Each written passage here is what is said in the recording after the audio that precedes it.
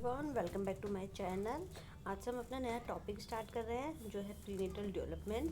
Prenatal development में अगर हम देखें तो कौन सी स्टेज आती है, इसमें आती है आपकी प्रेगनेंसी से लेकर के बर्थ तक की जो स्टेज होती है। ठीक है, जब प्रेगनेंसी स्टार्ट होती है तब से लेकर के हम बर्थ तक की स्टेज को क्या बोलते हैं, प्रीनेटल डेवलपमेंट। ठीक है, प्रीनेटल डेवलपमेंट। तो इसमें सबसे पहले हमें ये पता होना चाहिए कि जो प्रीनेटल डेवलपमेंट हमारा होता है तो उसके लिए सबसे ज़्यादा इंपॉर्टेंट आपका फीमेल रिप्रोडक्टिव सिस्टम है, क्योंकि बेबी को जो बेयर करने का काम है वो आपका यूट्रियस में होता है। ठीक है, और पूरा फीमेल रिप्रोडक्टिव सिस्टम इसमें अपना रोल प्ले करता है। ठीक, तो अगर हम इसमें देखें तो इसमें सबसे पहले जो मोस्ट इंपॉर्टेंट हमारी दो पार्ट्स हैं फीमेल रिप्रोडक्टिव सिस्टम में, उसमें हमारी दो ओवरी होती हैं। ठीक है, हर फीमेल के पास दो ओवरीज होती हैं। ठीक है, ओवरी 1 और ओवरी 2। ठीक है, तो दोनों ही ओवरी क्या करती हैं, ये आपके ऑल्टरनेटिव मंथ्स में ओवा को रिलीज़ करते हैं। जब कोई बेबी गर्ल पैदा होती है, ठीक है, तो उसकी जो ओवरीज होती है इसमें लाखों एग्स जो है प्रेजेंट होते हैं ओवरी में ही उसके। ठीक है, जब वो पैदा होती है तभी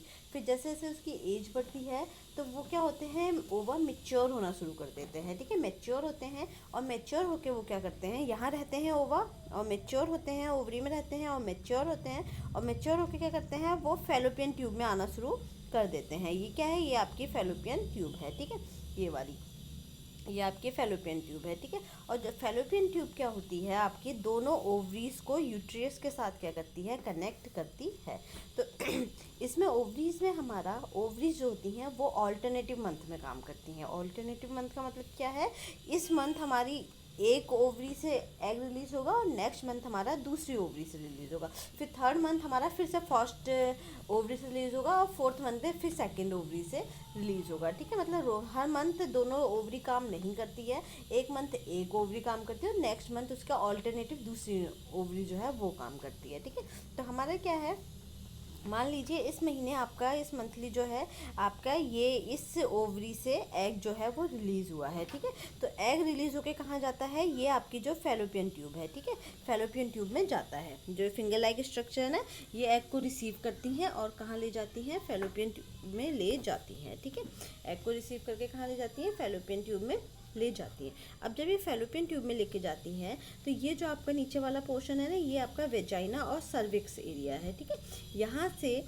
एक बार के इंटरकोर्स में millions of sperms female body में, फीमेल रिप्रोडक्टिव सिस्टम में आते हैं। ठीक है, तो अब यहाँ ओवा, ये है ओवा, अगर इसे उस समय स्पर्म मिल गया, मतलब कि अगर मेल और फीमेल ने इंटरकोर्स किया तो और उसे स्पर्म मिल गया तो वो क्या होगा, इस यहाँ से होता हुआ यहाँ तक स्पर्म जो है वो फीमेल की बॉडी में पहुँच जाएगा, फीमेल की बॉडी में पहुंच जाएगा और वहाँ पहुंच के क्या होगा, वो हमारा जो ओवा रिलीज हुआ था उसके थ्रू यहाँ पे फर्टिलाइज हो जाएगा। ठीक है, तो यही को हम बोलते हैं फर्टिलाइजेशन। अब वो ओवा जब फर्टिलाइज हो गया है तो फर्टिलाइज होने के बाद वो कहाँ जाएगा, वो आपकी जो यूट्रियस है, ठीक है, जहाँ पे ये वाला जो पोर्शन है यूट्रियस का, यहाँ पे वो ओवा जो है आपका इम्प्लांट हो जाएगा। ठीक है, यहाँ पे ओवा क्या होगा, आपका इम्प्लांट हो जाएगा। इम्प्लांट होने का मतलब क्या है, वो अटैच कर लेगा अपने आप को यूट्रियस की वॉल से। ठीक है, जो यूट्रियस की लाइनिंग है यहाँ से वो अपने आप को अटैच कर लेगा, कनेक्ट कर लेगा मदर के साथ, मदर की बॉडी के साथ, और फिर वो क्या होगा, वो आपका यहाँ ही बढ़ने लगेगा, यहाँ से ही वो क्या करने लगेगा, ग्रोथ लेना शुरू कर देगा। ठीक है, तो यही का ये क्या है, ये हमारी पूरी प्रेगनेंसी प्रोसेस है। ठीक है, क्या क्या बताया मैंने, फीमेल बॉडी है, फीमेल बॉडी में ये पूरा आपका फीमेल रिप्रोडक्टिव सिस्टम है। हर फीमेल बॉडी में आपके दो ओवरीज होती हैं, ओवरी नंबर 1 और ओवरी नंबर 2। ठीक है, आपकी दो ओवरीज होती हैं और ये ओवरीज का क्या काम होता है, जब कोई बेबी गर्ल पैदा होती है तब इस ओवरीज में उसके लाखों एग्स प्रेजेंट रहते हैं। ठीक है, जैसे जैसे एज बढ़ती है 10 ईयर, 12 ईयर, 13 ईयर तक, तो इसमें क्या होता है, जो एग हैं वो मिच्योर होने लगते हैं और बॉडी में कहाँ ओवरी से मिच्योर होकर कहाँ आने लगते हैं, फैलोपियन ट्यूब में वो आने लगते हैं। ये आपकी जो ट्यूब है इसको हम क्या बोलते हैं, इसको फैलोपियन ट्यूब बोलते हैं। ठीक है, तो कहाँ आने लगते हैं, वो फैलोपियन ट्यूब में आने लगते हैं। ये पूरी क्या है, ये फैलोपियन ट्यूब है।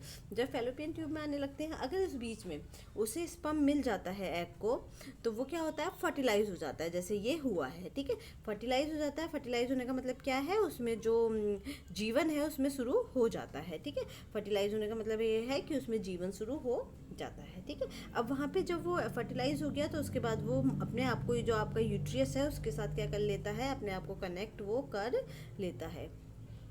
प्रॉब्लम है इसमें, ठीक है। फिर वो अपने आप को कनेक्ट कर लेता है यूट्रियस के साथ, ठीक है। इसी को हम इम्प्लांटेशन बोलते हैं, ठीक है। इतना समझ में आया ना।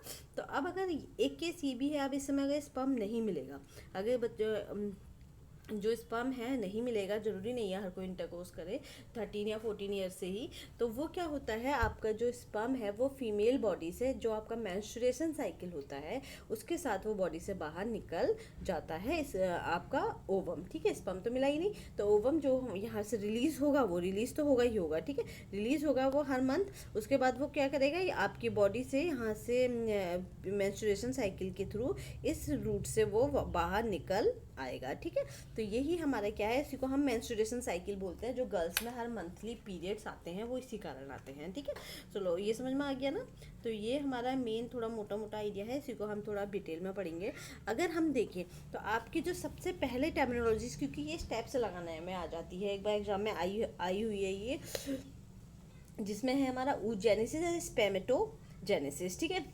तो oogenesis का मतलब क्या होता है, जो हमारे ओवम्स होते हैं, oogenesis में क्या होता है, हमारे जो ओवम्स होते हैं वो मिच्योर जब फीमेल बॉडी में होने लगेंगे तो उस स्टेप को हम क्या बोलेंगे, oogenesis बोलेंगे। जैसे कि आजकल आप देख रहे होगे 11 ईयर में 10 ईयर में ही गर्ल्स को पीरियड स्टार्ट हो जाते हैं, मेंस्ट्रुएशन साइकिल उनका स्टार्ट हो जाता है, तो इसको हम क्या बोलते हैं, oogenesis बोलेंगे, क्योंकि उनके बच्चों के जो मेंस्ट्रुएशन है, जो उनका ओवा है वो मिच्योर होने लगा है, ठीक है। दूसरा हमारा क्या है, स्पर्मेटोजेनेसिस। स्पर्मेटोजेनेसिस में क्या होता है, जो मेल है यानी कि जो बॉयज़ हैं उनके भी क्या होते हैं, स्पर्म जो है वो मिच्योर होने लगता है और बॉडी से बाहर आना शुरू कर देते हैं, ठीक है। तो ये क्या है हमारा, जब उनके स्पर्म मिच्योर होने लगते हैं तो उसको हम बोलते हैं स्पर्मेटोजेनेसिस और oogenesis। मतलब कि जो पहली स्टेज है वो हमारी क्या होगी, oogenesis एंड स्पर्मेटोजेनेसिस होगी। oogenesis फीमेल में और स्पर्मेटोजेनेसिस हमारा मेल में, ठीक है।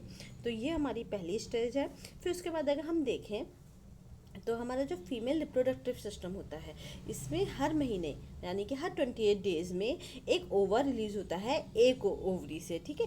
दोनों ओवरीज में से एक ओवरी में से क्या होगा, एक ओवर रिलीज होगा और क्या करेगा, वो फैलोपियन ट्यूब में ट्रेवल करना शुरू कर देता है, ठीक है। ये क्या करता है, फैलोपियन ट्यूब में ट्रेवल करना शुरू कर देता है, यहाँ से ओवा लेता है, ठीक है।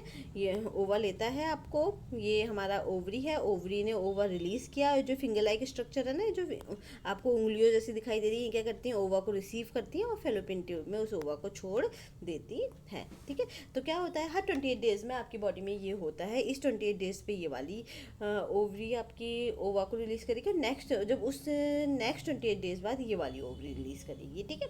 फिर ये क्या है हमारा, तो इसके बाद क्या होता है, अब जब यहाँ से ओवा एक बार रिलीज़ हो गया, ठीक है, तो जिस पॉइंट से वो ओवा रिलीज़ होता है, किस कहाँ से, ओवरी में से, ठीक है। ओवरी मतलब जो आपका ओवरी को हिंदी में क्या बोलते हैं, चलो जो भी बोलते हैं, तो ओवरी मतलब जो ओवरी में से जहाँ से वो ओवा रिलीज़ हुआ है, अब इस पॉइंट को हम क्या बोलते हैं, कॉर्पस ल्यूटियम बोलते हैं, ठीक है। क्या बोलते हैं, कॉर्पस ल्यूटियम। कॉर्पस ल्यूटियम का काम क्या होता है, ओवा को रिलीज़ तो कर दिया है, अब कॉर्पस ल्यूटियम क्या करता है, यूट्रियस के पास, यूट्रियस की जो दीवार है ये दिख रही है ना आपको, तो यहाँ पे एक ब्लड की लाइनिंग बनाना शुरू कर देता है, ठीक है। हार्मोन्स रिलीज़ करता है, जिससे क्या होता है, यहाँ पे ब्लड की लाइनिंग बननी शुरू हो जाती है, ताकि अगर एग फर्टिलाइज हो जाए तो इस ब्लड की लाइनिंग से जो ओवा है वो अपने आप को अटैच कर ले, कनेक्ट कर ले और यहाँ से नरिशमेंट लेना शुरू कर दे, ठीक है। लेकिन क्या होता है, ज़रूरी नहीं है उसे ओवा मिले, तो ओवा नहीं मिलेगा तो क्या, सॉरी स्पर्म नहीं मिलेगा तो क्या होगा, वो ओवा जो है इस लाइनिंग के साथ, पूरी लाइनिंग भी और ओवा भी हमारी बॉडी से बाहर निकल जाता है। इसी को हम बोलते हैं मेंस्ट्रुएशन साइकिल, ठीक है।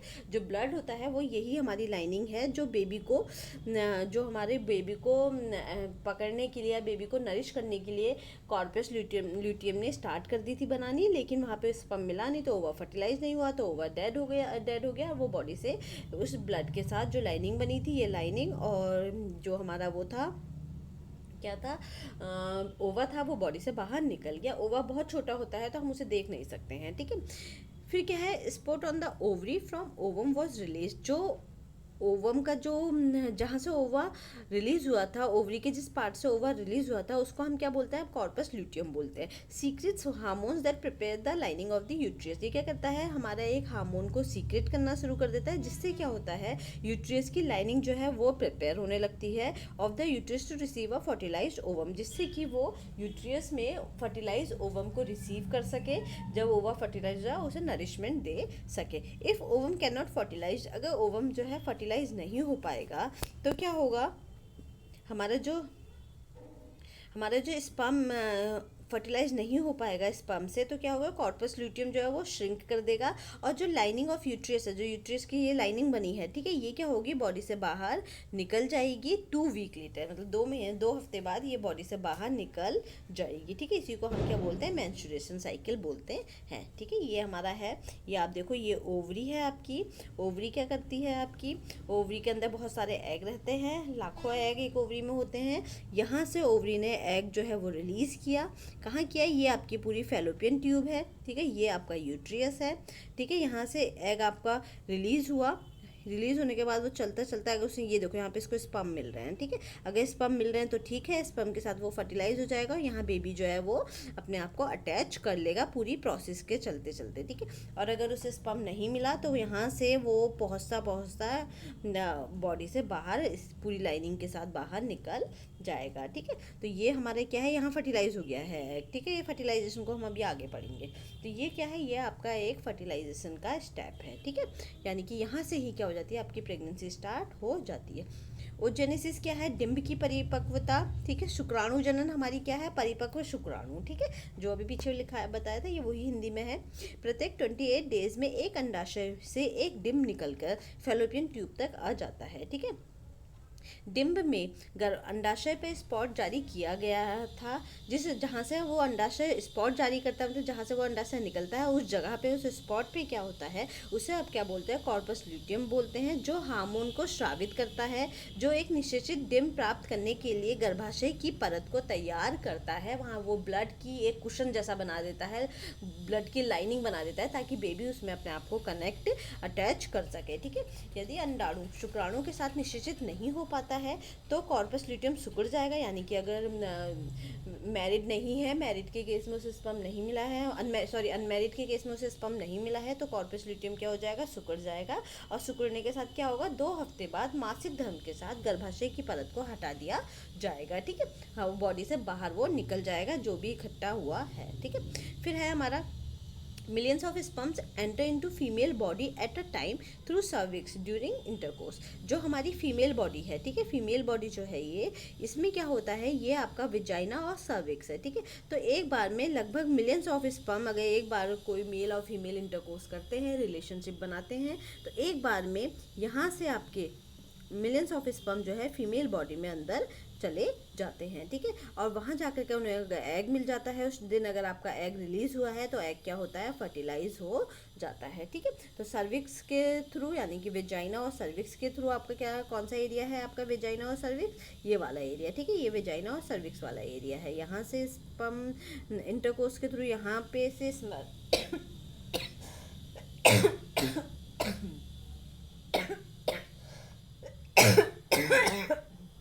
सॉरी भाई, तो यहाँ से आपके जो स्पर्म है वो अंदर गए और उन्होंने क्या किया, एग को फर्टिलाइज कर दिया। तो ये आपका एक मोटा सा आइडिया है, ठीक है। चलिए नेक्स्ट हम इसके आगे का नेक्स्ट क्लास में पढ़ेंगे। Thank you everyone.